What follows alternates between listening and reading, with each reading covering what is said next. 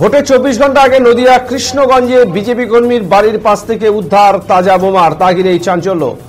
নদিয়া কৃষ্ণগঞ্জ থানার অন্তর্গত ভাজনঘাট নুন্ডি গ্রাম পঞ্চায়েতের 125 নম্বর বুথের বিজেপি সদস্যর বাড়ির পাশে সাত সকালে একটি মুখবাধা বস্তা দেখতে পান এলাকাবাসীরা। তারপর সেখানে বস্তা খুলতে দেখা যায় একাধিক তাজা বোমা বস্তার মধ্যে মজুত করে রাখা হয়েছে, আর তাতেই চাঞ্চল্য ছড়ায় গোটা এলাকায়।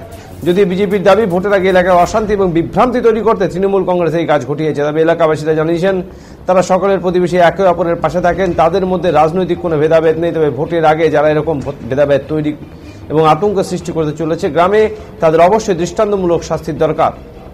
তাই বিজেপির তরফ থেকে আরও জানানো হয়েছে তৃণমূল কংগ্রেস বুঝতে পেরেছে তাদের হার নিশ্চিত, তাই ভোটের আগের দিন এই ঘটনা ঘটিয়েছে। এলাকায় সন্ত্রাস এবং আতঙ্কের পরিবেশ তৈরি করতে চাইছে তৃণমূল, তবে তাদের এই চক্রান্ত কোনোভাবেই সফল হবে না। তাই আগামীকাল ভোট বাক্সে নদিয়া জেলা তথা কৃষ্ণগঞ্জবাসী ভোট দিয়ে বুঝিয়ে দেবে যে তৃণমূল কংগ্রেস সন্ত্রাসবাদীদের দল আর কোনোদিন ভোটে জিততে পারবে না। এবং রানাঘাট লোকসভা কেন্দ্রে বিজেপি প্রার্থী বিপুল ভোটে জয়ী হবে, যদিও বিজেপির তোলা অভিযোগ অস্বীকার করেছে তৃণমূল। যদিও বোমা উদ্ধারের পর ঘটনাস্থলে যায় কৃষ্ণগঞ্জ থানার পুলিশ এবং গোটা বিষয়টি তদন্ত শুরু করেছে। তারা কোথা থেকে এই বোমা এলো এবং কারা এই বোমা ভোটের আগে এখানে রাখলো তারও তদন্ত শুরু করেছে কৃষ্ণগঞ্জ পুলিশের আধিকারিকরা। ঘটনা ঘটেছে এখানে আমার পাশের বাড়িতে, আমার ওটা বাড়ি, আমার এই পাশের বাড়ির প্রতিবেশী এরা ভোরবেলায় ঘুম থেকে উঠে দেখে ওখানে একটা বস্তা বাঁধা, মুখ বাঁধা অবস্থায় পড়ে আছে। ওরা গিয়ে বস্তার মুখ খুলে দেখে যে বোমা। এটা বিরোধীদের চক্রান্ত। আমি এখানকার ভাজনঘাট নুই গ্রাম পঞ্চায়েতের 125 নম্বর বুথের নির্বাচিত জনপ্রতিনিধি। কোন দলের প্রতিনিধি? বিজেপি, ভারতীয় জনতা পার্টির নির্বাচিত জনপ্রতিনিধি। ওরা চক্রান্ত করে আমার বাড়িতে বোম বারুদ রেখে যাতে আমাকে একটা ফাঁসানোর চক্রান্ত ওরা করছে। এগুলো আগামীকাল নির্বাচন, সেই নির্বাচনের প্রাক্কালে এটা বিরোধীদের চক্রান্ত। আমরা এর পূর্ণাঙ্গ তদন্ত করে বিরোধীদের দৃষ্টান্তমূলক, যারা এই চক্রান্তকারী তাদের দৃষ্টান্তমূলক সাজা চাইছি। বলছি ভোটের 24 ঘন্টা বাকি নেই, তার আগে এত বোম উদ্ধার, কি বলবেন?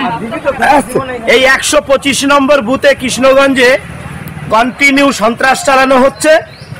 এত সন্ত্রাসের পরেও মানুষকে যখন ঠেকাতে পারছে না, গতকাল রাত্রে প্রচুর সংখ্যক বোম আমার একজন নির্বাচিত প্রতিনিধির বাড়িতে রেখে গেছে। এই এলাকার মানুষ যাতে ভয় পায়, ভোট দিতে না পারে, তার জন্য চেষ্টা করেছে। কি বলবেন?